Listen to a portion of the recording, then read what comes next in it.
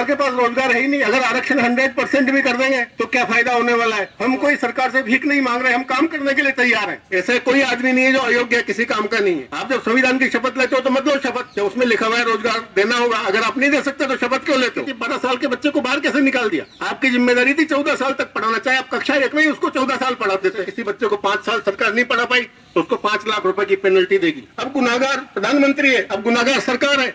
आप उसको जिम्मेदारी पूरी नहीं कर पाए, आप उसको मकान दे नहीं पाए, ऊपर से उसकी झुग्गी और तोड़ देते हो। जब तक सरकार किसी को मकान नहीं दे देगी तब तक उसका मकान नहीं तोड़ा जाएगा, चाहे कच्ची बस्ती हो, चाहे अवैध बस्ती हो, चाहे सरकारी जमीन पर कब्जा हो, किसी की भी जमीन पर कब्जा हो। आज कोई भी समस्या आती है तो केंद्र सरकार कहती है राज्य सरकार ऐसा नहीं कर रही है, राज्य सरकार कहती है केंद्र ऐसा नहीं कर रहा है। मेरे हिस्से में क्या आया, मेरा हिस्सा किसने खाया।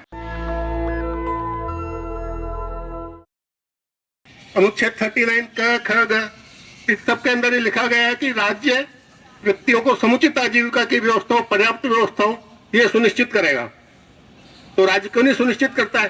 बेरोजगारी के मामले में आप हाथ ऊंचा कर देते हो, फिर हम लड़ते हैं कभी आरक्षण हटाने के लिए, कभी आरक्षण बढ़ाने के लिए। तो सरकार के पास रोजगार है ही नहीं। अगर आरक्षण 100% भी कर देंगे तो क्या फायदा होने वाला है, और आरक्षण बिल्कुल भी घटा देंगे तो क्या फायदा होने वाला है। जब सरकार के पास नौकरियां ही नहीं है, सरकार रोजगार ही नहीं देने चाहती, और अगर रोजगार दे देगी तो हमें क्या फर्क पड़ा किसी चीज से। एक कहावत है, तोता का घर में रोटा की लड़ाई, कि जब अभाव होता है तो रोटी के लिए लड़ते हैं, लेकिन अगर अभाव नहीं हो तो छोटी छोटी चीजों के लिए झगड़ा नहीं होता है। तो सरकार की जिम्मेदारी है रोजगार देने की। हम कोई सरकार से भीख नहीं मांग रहे, हम काम करने के लिए तैयार हैं। किसी भी देश के सामने काम चोरी एक समस्या होती है, हमारे साथ में तो आदमी है जो काम करने को तैयार है, देश के लिए जान देने को तैयार है। सेना में भर्ती होते हुए लाइन लगती है, भगदड़ मच जाती है। आज यूक्रेन के पास सेना की कमी है, अमेरिका के पास सेना की कमी है, रूस के पास सेना की कमी, जनसंख्या वहां की प्रॉब्लम हो गई। हम कहते हैं हमारे पास बेरोजगारी की समस्या है। भाई काहे की समस्या है, मैन पावर है हमारे पास। अगर हमारे पास 8 करोड़ लोग बेरोजगार हैं, इसका मतलब 16 करोड़ हाथ तैयार है देश में काम करने के लिए। तो ये समस्या या समाधान है। हम मैन पावर को प्रॉब्लम मान रहे हैं, हमारा नजरिया गलत हो रहा है। और अगर सरकार ये व्यवस्था नहीं कर सकती, संस्कृत में कहा गया है अमंत्रम अक्षरम नास्ति नास्ति मूलम मनोष्णम अयोग्य पुरुषो नास्ति योजकस्य तस्य दुर्लभ। ऐसा कोई मंत्र नहीं है, अक्षर नहीं जिससे मंत्र नहीं बनता है। ऐसी कोई जड़ी बूटी नहीं है जिसकी दवाई नहीं बनती है। ऐसा कोई आदमी नहीं है जो अयोग्य किसी काम का नहीं है, लेकिन उनको जोड़ने वाला दुर्लभ है। तो जो उसको जोड़ सकता है वही सरकार में जाए ना। आप जब संविधान की शपथ लेते हो तो मत लो शपथ, जब उसमें लिखा हुआ है रोजगार देना होगा। अगर आप नहीं दे सकते तो शपथ क्यों लेते हो, तो झूठी शपथ क्यों खाते हो, आपके खिलाफ कोई कार्रवाई क्यों नहीं होती। तो सरकार को रोजगार देना होगा, और अगर रोजगार नहीं दे सकती है तो बेरोजगारी का हर्जाना देना पड़ेगा। नरेगा की रेट के हिसाब से 15,000 रुपए महीने बनता है।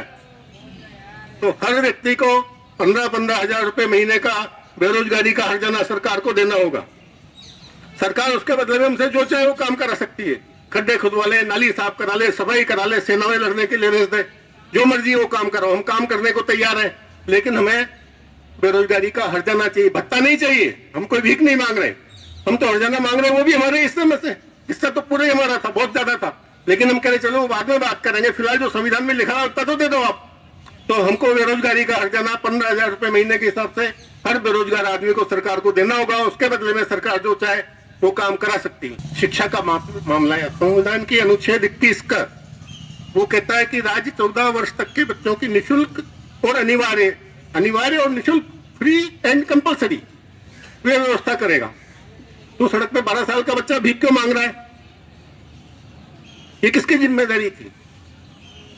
एक लड़का है जो कक्षा 5 में फेल हो गया, 10 साल का है, 12 साल का था, फेल हो गया, आपने उसको स्कूल से बाहर निकाल दिया। संविधान ने तो 14 साल तक की बात की थी, 12 साल के बच्चे को बाहर कैसे निकाल दिया। आपकी जिम्मेदारी थी 14 साल तक पढ़ाना, चाहे आप कक्षा 1 में ही उसको 14 साल पढ़ा देते, लेकिन आपकी जिम्मेदारी 14 साल की उम्र तक बच्चे को पढ़ाना। उसके बाद RTE के तहत इस उम्र को बढ़ाकर 18 साल किया गया है, यानी 18 साल तक हर बच्चे को फ्री और निःशुल्क, एक्चुअल में फ्री शब्द भी गलत है क्योंकि वो चार्ज होना ही नहीं चाहिए, निःशुल्क होना चाहिए, जिसकी कोई फीस ही नहीं होती। तो निःशुल्क और अनिवार्य शिक्षा 18 साल तक के बच्चों को सरकार को देना पड़ेगी। और अगर कोई भी सरकार इस काम में चूक जाती है तो उसको 1 लाख रुपया पर ईयर के हिसाब से, जैसे किसी बच्चे को 5 साल सरकार नहीं पढ़ा पाई तो उसको 5 लाख रुपए की पेनल्टी देगी। ये हमारा शिक्षा से संबंधित सरकार की जिम्मेदारी है कि आप अपनी जिम्मेदारी पूरी करो, नहीं तो आप उसका हर्जाना दो। एक और बात है, संविधान में लिखा हुआ है वो भी ठीक, लेकिन जो सरकार खुद घोषणा करती है उसकी कोई जवाबदेही नहीं लेगा, उसकी किसकी जिम्मेदारी है? क्या ये ऐसे ही कि मन पड़े जो घोषणा करते रहो, फिर कह देते हैं चुनावी जुमला था, चलो ठीक है चुनावी जुमला। लेकिन प्रधानमंत्री की हैसियत से सरकारी मंच से अगर कोई घोषणा करता है तो वो सरकार की जिम्मेदारी बन जाती है। हमारी सरकार ने घोषणा की कि 2022 तक सबको घर दे दिया जाएगा, हर आदमी के पास पक्का घर होगा, सब आदमी को मकान दे दिया जाएगा। ये हमारी सरकार ने घोषणा की, आधिकारिक घोषणा है, प्रधानमंत्री ने की है, सरकारी मंच से की है। आज अगर कोई आदमी झुग्गी बस्ती में रह रहा है, कच्ची बस्ती है, अवैध बस्ती है, तो ये किसकी जिम्मेदारी है? गुनाहगार कौन है? वो आदमी गुनाहगार नहीं है, अब गुनाहगार प्रधानमंत्री है, अब गुनाहगार सरकार है। आप उसको जिम्मेदारी पूरी नहीं कर पाए, आप उसको मकान दे नहीं पाए, ऊपर से उसकी झुग्गी और तोड़ देते हो। खत्म नहीं करना है तो दोस्तों, ये सरकार उसका मकान किसी को भी उसके मकान से बेदखल नहीं कर सकती। ये सरकार को घोषणा करनी पड़ेगी कि आज के बाद जब तक सरकार किसी को मकान नहीं दे देगी तब तक उसका मकान नहीं तोड़ा जाएगा, चाहे कच्ची बस्ती हो, चाहे अवैध बस्ती हो, चाहे सरकारी जमीन पर कब्जा हो, किसी की भी जमीन पर कब्जा हो। जीने का अधिकार हर आदमी को अधिकार है। तो जीवन रेखा थी दाना पानी हवा दवा, तो आबो हवा ठीक तब तो होगी जब मकान होगा।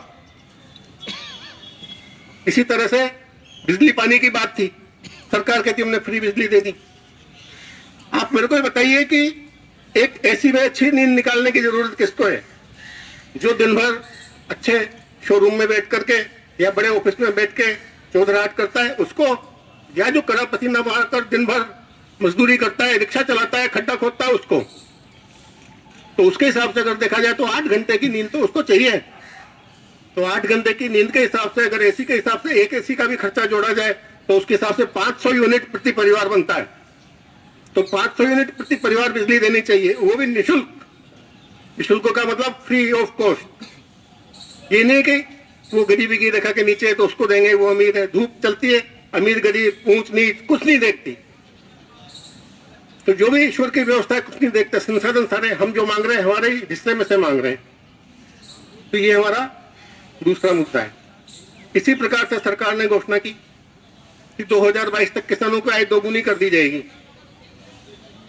अब आप मेरे को बताइए कि अगर किसान की लागत आती है 100 रुपया, तो आज की तारीख में जो एमएसपी का फॉर्मूला है वो है लागत का 1.5 गुना।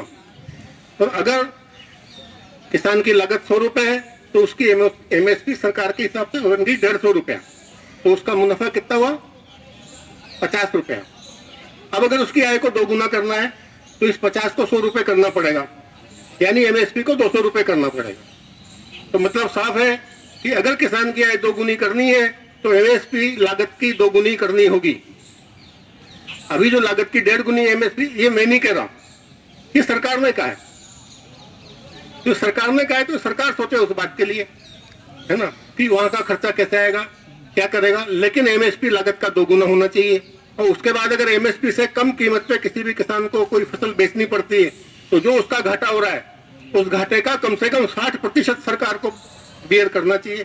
सरकार वहन करेगी, 40% वो खुद बर्दाश्त कर लेगा। तो ये हमारे मूल मुद्दे हैं कि सरकार को बेरोजगारी का हर्जाना देना होगा। आज कोई भी समस्या आती है तो केंद्र सरकार कहती है राज्य सरकार ऐसा नहीं कर रही है, राज्य सरकार कहती है केंद्र ऐसा नहीं कर रहा है। तो हमने जितने भी मुद्दे भी आपके सामने रखे वो सारे समवर्ती सूची के अंदर है, कॉन्करेंट लिस्ट के अंदर है, यानी वो राज्य की भी जिम्मेदारी है, केंद्र की भी जिम्मेदारी है, कोई भी हाथ ऊंचे नहीं कर सकता। तो ये हर्जाना केंद्र सरकार और राज्य सरकार आधा आधा मिलकर बांटे। अगर कोई पार्टी कहती है कि हम इस मुद्दे से सहमत है तो जो उनकी सरकार है वहां पे लागू कर दे, वो 50% लागू कर दे। आधा हर्जाना वो देगी जब केंद्र देगी, केंद्र को लगता है वो सही है तो उस पर वो दे। तो ये सारे हमारे मूल मुद्दे हैं।